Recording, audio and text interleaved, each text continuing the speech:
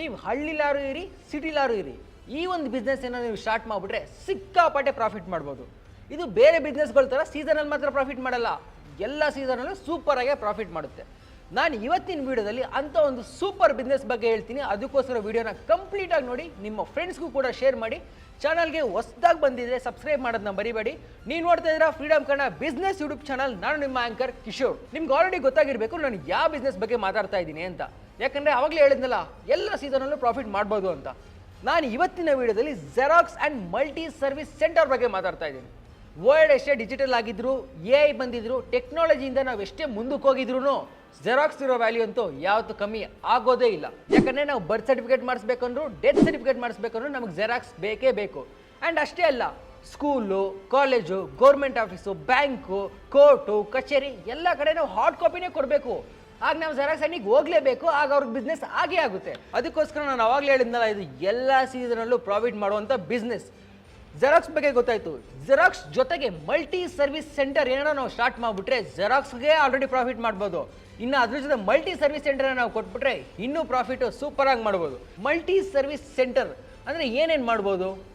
ಒಂದು ಜೆರಾಕ್ಸ್ ಅಂಗಡಿಲಿ ಒಂದು ಮಿನಿ ಸ್ಟೇಷನರಿ ಇರುತ್ತೆ, ಅಲ್ಲಿ pen, pencil, book, eraser, rubber ಅವೆಲ್ಲನೂ ಸೇಲ್ ಮಾಡ್ಬೋದು. ಇದರ ಜೊತೆಗೆ ಬೇಸಿಕ್ ಬ್ಯಾಂಕಿಂಗ್ ಸರ್ವಿಸ್ನ ಕೂಡ ಪ್ರೊವೈಡ್ ಮಾಡ್ಬೋದು. ಇದರ ಜೊತೆಗೆ ರೀಚಾರ್ಜ್ ಮಾಡ್ಬೋದು, ಮೊಬೈಲ್ ರೀಚಾರ್ಜು, DTH ರೀಚಾರ್ಜು ಎಲ್ಲನೂ ಮಾಡ್ಬೋದು. ಇದರ ಜೊತೆಗೆ ಹೋಟೆಲ್ನ ಬುಕ್ ಮಾಡ್ಬೋದು, bus ticket, train ticket, and ಇದರ ಜೊತೆಗೆ ಇನ್ಶೂರೆನ್ಸ್ನ ಕೂಡ ನಾವು ಮಾಡ್ಕೊಡ್ಬೋದು. ಆ್ಯಂಡ್ ಇದ್ರ ಜೊತೆಗೆ ಇನ್ನೂ ನಮ್ಗೆ ಗೊತ್ತೇ ಇದೆ, ಬೇಸಿಕ್ ಏನೋ ಆಧಾರ್ ಕಾರ್ಡು, ಪ್ಯಾನ್ ಕಾರ್ಡು ಇವೆಲ್ಲನೂ ಕೂಡ ಸರ್ವಿಸ್ನ ನಾವು ಪ್ರೊವೈಡ್ ಮಾಡ್ಬೋದು. ಆದರೆ ಇವೆಲ್ಲ ಸರ್ವಿಸ್ನ ನಾವು ಪ್ರೊವೈಡ್ ಮಾಡಬೇಕು ಅಂದರೆ ಇದರ ಸಂಬಂಧಪಟ್ಟಂಥ ಸಂಸ್ಥೆಗಳೇನಿದೆ ಅದನ್ನು ನಾವು ಕಾಂಟ್ಯಾಕ್ಟ್ ಮಾಡಬೇಕು. ಅವರೇ ನಮ್ಗೆ ಇವೆಲ್ಲ ಸರ್ವಿಸ್ ಕೊಡೋಕ್ಕೆ ಅವರೇ ನಮಗೆ ಹೆಲ್ಪ್ ಮಾಡ್ತಾರೆ. ಈಗ ಗೊತ್ತಾಯ್ತಲ್ಲ, ಇನ್ ಶಾರ್ಟ್ ಆಗಿ, ಇನ್ ಜನರಲ್ ಆಗಿ ಜೆರಾಕ್ಸ್ ಮತ್ತು ಮಲ್ಟಿ ಸರ್ವಿಸ್ ಸೆಂಟರಲ್ಲಿ ಏನೇನೆಲ್ಲ ನಾವು ಸರ್ವಿಸ್ನ ಪ್ರೊವೈಡ್ ಮಾಡ್ಬೋದು ಅಂತ ಈಗ one by one in detail ಆಗಿ ಎಕ್ಸ್ಪ್ಲೇನ್ ಮಾಡ್ತೀನಿ, ಕೇಳಿ. ಜೆರಾಕ್ಸ್ ಶಾಪ್ ಅಂದರೆ ಬೇಸಿಕಾಗಿ ಏನೇನೆಲ್ಲ ಸರ್ವಿಸ್ ಪ್ರೊವೈಡ್ ಮಾಡ್ಬೋದು ಹೇಳಿ? ಮೇಯ್ನ್ಲಿ ಜೆರಾಕ್ಸ್ ಕೊಡ್ತೀವಿ. ಜೆರಾಕ್ಸಲ್ಲೇ ಬ್ಲ್ಯಾಕ್ ಆ್ಯಂಡ್ ವೈಟ್ ಒಂದು, ಕಲರ್ ಜೆರಾಕ್ಸ್ ಒಂದು, ಆ್ಯಂಡ್ ಇದ್ರ ಜೊತೆಗೆ ಪ್ರಿಂಟ್ಔಟ್ ಅಂದರೆ ಅವ್ರು ಮೇಲಿಗೆ ಕಳಿಸ್ಲಿ ಇಲ್ಲ ಪೆನ್ ಡ್ರೈವ್ ಕೊಡಲಿ ಅದನ್ನು ಕೂಡ ಪ್ರಿಂಟ್ಔಟ್ ತೆಗೆದು ಕೊಡ್ತೀವಿ. ಆ್ಯಂಡ್ ಲೆಟರ್ ಟೈಪಿಂಗ್ ಮಾಡ್ತೀವಿ, ಕನ್ನಡ, ಇಂಗ್ಲೀಷ್, ಹಿಂದಿ ಯಾವ್ಯಾವ ಭಾಷೆ ಇದೆ ಅವೆಲ್ಲನೂ ಕೂಡ. ಆ್ಯಂಡ್ ಇದರ ಜೊತೆಗೆ ನಾವು ರೀಚಾರ್ಜ್ ಸರ್ವಿಸ್ನ ಕೂಡ ಕೊಡ್ಬೋದು. For example mobile recharge, DTH recharge, ವಾಲೆಟ್ರು, ಮೆಟ್ರೋ ಕಾರ್ಡು ಈ ಥರ ಎಲ್ಲ ರೀಚಾರ್ಜ್ ಸರ್ವಿಸ್ನ ಕೂಡ ನಾವು ಪ್ರೊವೈಡ್ ಮಾಡ್ಬೋದು.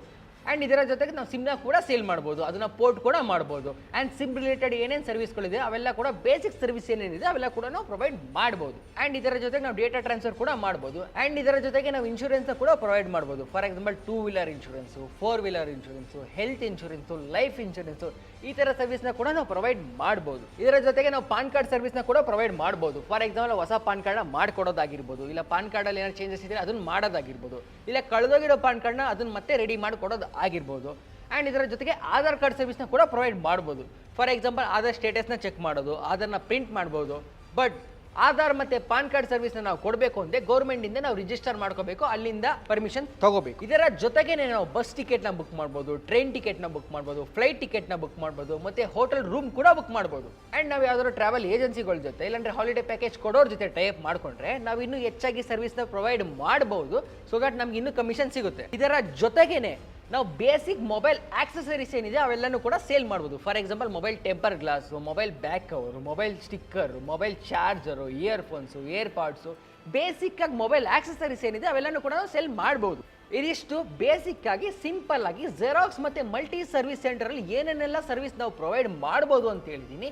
ಈಗ ಇದೇ ಜೆರಾಕ್ಸ್ ಮತ್ತು ಮಲ್ಟಿ ಸರ್ವಿಸ್ ಸೆಂಟರ್ ಸ್ಟಾರ್ಟ್ ಮಾಡಬೇಕಂದ್ರೆ ನಮಗೆ ಎಷ್ಟು ಸ್ಕ್ವೇರ್ ಫೀಟ್ ಜಾಗ ಬೇಕು, ಎಷ್ಟು ಇನ್ವೆಸ್ಟ್ಮೆಂಟ್ ಬೇಕು, ಏನೇನೆಲ್ಲ ಮಾಡಬೇಕು ಅಂತ ಹೇಳ್ತೀನಿ, ಕೇಳಿ. ಜೆರಾಕ್ಸ್ ಮತ್ತು ಮಲ್ಟಿ ಸರ್ವಿಸ್ ಸೆಂಟರ್ ಸ್ಟಾರ್ಟ್ ಮಾಡೋಕ್ಕೆ ನಮ್ಗೆ 10x10 ಜಾಗ ಇದ್ರೂ ಸಾಕು, 6x6 ಜಾಗ ಇದ್ರೂ ಸಾಕು, 5x5 ಜಾಗ ಇದ್ರೂ ಸಾಕು, ಇಲ್ಲಾಂದರೆ ಅದು ಸ್ಟೇರ್ ಕೇಸ್ ಕೆಳಗಡೆ ಚಿಕ್ಕ ಸ್ಪೇಸ್ ಇದೆ ಅಂದರೆ ಅಲ್ಲೂ ಕೂಡ ನಾವು ಸ್ಟಾರ್ಟ್ ಮಾಡ್ಬೋದು. ಇನ್ವೆಸ್ಟ್ಮೆಂಟ್ ವಿಷಯಕ್ಕೆ ನಾನು ತುಂಬ ಸ್ಮಾಲ್ ಸ್ಕೇಲಲ್ಲಿ ಈ ಬಿಸ್ನೆಸ್ ಸ್ಟಾರ್ಟ್ ಮಾಡೋದು ಹೆಂಗೆ ಅಂತ ಹೇಳ್ತೀನಿ. ಬೇಸಿಕ್ಕಾಗಿ ನಮಗೊಂದು ಜೆರಾಕ್ಸ್ ಮಷಿನ್ ಬೇಕು, ಇದು ನಮ್ಗೆ 20,000ದಲ್ಲೂ ಸಿಗುತ್ತೆ. ಆ್ಯಂಡ್ ಇದರ ಜೊತೆಗೆ ಒಂದು 10,000 ರೂಪಾಯಿ ಸೆಕೆಂಡ್ ಹ್ಯಾಂಡ್ ಲ್ಯಾಪ್ಟಾಪ್ ಇದ್ರೂ ಸಾಕು. ಆ್ಯಂಡ್ ಇದರ ಜೊತೆಗೆ ಒಂದು ಸ್ಮಾರ್ಟ್ ಫೋನ್ ಬೇಕಾಗುತ್ತೆ, ಅದೊಂದು 8,000 ರೂಪಾಯಿ. ಆ್ಯಂಡ್ ಇದರ ಜೊತೆ ಆಕ್ಸೆಸರೀಸ್ಗೆ 10,000 ರೂಪಾಯಿ ಬೇಕು, ಮತ್ತು ಎಕ್ಸ್ಟ್ರಾ ಖರ್ಚೆಲ್ಲ ಇನ್ನೊಂದು 12,000 ರೂಪಾಯಿ ಇರುತ್ತೆ. ಟೋಟಲ್ ಆಗಿ ನಮ್ಗೆ 60,000ದಲ್ಲೇ ಒಂದು ಚಿಕ್ಕದಾಗಿ ಜೆರಾಕ್ಸ್ ಮತ್ತು ಮಲ್ಟಿ ಸರ್ವಿಸ್ ಸೆಂಟರ್ನ ನಾವು ಸ್ಟಾರ್ಟ್ ಮಾಡ್ಬೋದು. ನಾನು ಇದರಲ್ಲಿ ಶಾಪ್ ರೆಂಟು ಮತ್ತು ಅಡ್ವಾನ್ಸ್ನ ಇನ್ಕ್ಲೂಡ್ ಮಾಡಿಲ್ಲ, ಯಾಕಂದರೆ ನೀವು ಯಾವ ಏರಿಯಾದಲ್ಲಿ ಸ್ಟಾರ್ಟ್ ಮಾಡ್ತೀರಾ ಅನ್ನೋದು ತುಂಬ ಇಂಪಾರ್ಟೆಂಟ್ ಆಗುತ್ತೆ. ಯಾಕಂದರೆ ಒಂದೊಂದು ಏರಿಯಾದಲ್ಲಿ ಅಡ್ವಾನ್ಸು ರೆಂಟು ಜಾಸ್ತಿ ಇರುತ್ತೆ, ಇನ್ನೊಂದು ಏರಿಯಾದಲ್ಲಿ ಅಡ್ವಾನ್ಸು ರೆಂಟು ಕಮ್ಮಿ ಇರುತ್ತೆ. ಅಡ್ವಾನ್ಸು ಮತ್ತು ರೆಂಟು ಬಿಟ್ಟು ಕೇವಲ 60,000 ಇನ್ವೆಸ್ಟ್ಮೆಂಟಲ್ಲಿ ನಾವು ಈ ಬಿಸ್ನೆಸ್ ಸ್ಟಾರ್ಟ್ ಮಾಡ್ಬೋದು. ಆ್ಯಂಡ್ ಈಗ ತುಂಬ ಇಂಪಾರ್ಟೆಂಟ್ ಆಗಿರುವಂಥ ಟಾಪಿಕ್ ಬಗ್ಗೆ ಬರೋಣ, ಅದೇ ಪ್ರಾಫಿಟ್. ಪ್ರಾಫಿಟ್ ಕೂಡ ಕಂಪ್ಲೀಟ್ ಆಗಿ ಡಿಪೆಂಡ್ ಆಗುತ್ತೆ ನಾವು ಏನೇನೆಲ್ಲ ಸರ್ವಿಸ್ನ ಪ್ರೊವೈಡ್ ಮಾಡ್ತೀವಿ ಅಂತ. ಫಾರ್ ಎಕ್ಸಾಂಪಲ್, ನಾವು ಆಧಾರ್ ಕಾರ್ಡು ಮತ್ತು ಪಾನ್ ಕಾರ್ಡು ಸರ್ವಿಸ್ ಪ್ರೊವೈಡ್ ಮಾಡೋದ್ರಿಂದ ನಮಗೆ 10ರಿಂದ 20% ಪ್ರಾಫಿಟ್ ಸಿಗುತ್ತೆ. ಜೊತೆಗೆ ಮೊಬೈಲ್ ಫೋನ್ ಆಕ್ಸೆಸರೀಸ್ ಸೆಲ್ ಮಾಡೋದ್ರಿಂದ ನಮಗೆ 30ರಿಂದ 40% ಪ್ರಾಫಿಟ್ ಸಿಗುತ್ತೆ. ಮತ್ತೆ printout, photo copy, data transfer, typing ಇವೆಲ್ಲದರಿಂದ ನಮಗೆ 50ರಿಂದ 60% ಪ್ರಾಫಿಟ್ ಸಿಗುತ್ತೆ. ಮತ್ತೆ ಬಿಲ್ ಪೇಮೆಂಟು, ಬುಕ್ಕಿಂಗು, ರೀಚಾರ್ಜು ಇವೆಲ್ಲದರ ಪ್ರಾಫಿಟ್ ಮಾರ್ಜಿನ್ 30% ಇದೆ. ಈಗ ಗೊತ್ತಾಯ್ತಲ್ಲ, ನಾವು ಜೆರಾಕ್ಸ್ ಬಿಸ್ನೆಸ್ನ ಸ್ಟಾರ್ಟ್ ಮಾಡಬೇಕಂದ್ರೆ ಏನೇನೆಲ್ಲ ಇನ್ವೆಸ್ಟ್ಮೆಂಟ್ ಬೇಕು, ಎಷ್ಟು ದುಡ್ಡು ಬೇಕು, ನಾವು ಅದರ ಜೊತೆಗೆ ಏನೆಲ್ಲ ಸರ್ವಿಸ್ನ ಪ್ರೊವೈಡ್ ಮಾಡ್ಬೋದು ಅಂತ. ಇಷ್ಟೆಲ್ಲ ನಾವು ಸರ್ವಿಸ್ನ ಪ್ರೊವೈಡ್ ಮಾಡೋದ್ರಿಂದ ಲೀಸ್ಟ್ ಅಂದ್ರೂ ಒಂದು ದಿನಕ್ಕೆ 1ರಿಂದ 2,000 ರೂಪಾಯಿ ಆರಾಮಾಗಿ ಪ್ರಾಫಿಟ್ನ ಮಾಡ್ಬೋದು.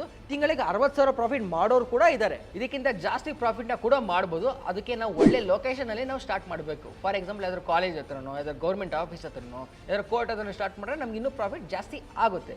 ಈಗ ಗೊತ್ತಾಯ್ತಲ್ಲ, 21st ಸೆಂಚುರಿಯಲ್ಲಿ ಎಲ್ಲಾ ಸೀಸನ್ ಅಲ್ಲೂ ಪ್ರಾಫಿಟ್ ಮಾಡುವಂತ ಬಿಸ್ನೆಸ್ ನ ಹೆಂಗೆ ಸ್ಟಾರ್ಟ್ ಮಾಡೋದು ಅಂತ. ಈ ವಿಡಿಯೋ ನಿಮಗೆ ಇಷ್ಟ ಆಗಿದೆ ಅನ್ಕೊಂಡಿದ್ದೀನಿ. ಈ ವಿಡಿಯೋನ ನಿಮ್ಮ ಫ್ರೆಂಡ್ಸು, ಫ್ಯಾಮಿಲಿಗೆ ಎಲ್ರಿಗೂ ಶೇರ್ ಮಾಡಿ. ಇದೇ ತರ ಹೆಚ್ಚಿನ ಬಿಸ್ನೆಸ್ ಐಡಿಯಾಸ್ಗಳಿಗಾಗಿ ಫ್ರೀಡಮ್ ಆ್ಯಪ್ನ ಡೌನ್ಲೋಡ್ ಮಾಡಿ. ಮತ್ತೆ ಫ್ರೀಡಮ್ ಕನ್ನಡ ಬಿಸ್ನೆಸ್ ಯೂಟ್ಯೂಬ್ ಚಾನಲ್ಗೆ ಸಬ್ಸ್ಕ್ರೈಬ್ ಮಾಡೋದನ್ನ ಮರಿಬೇಡಿ.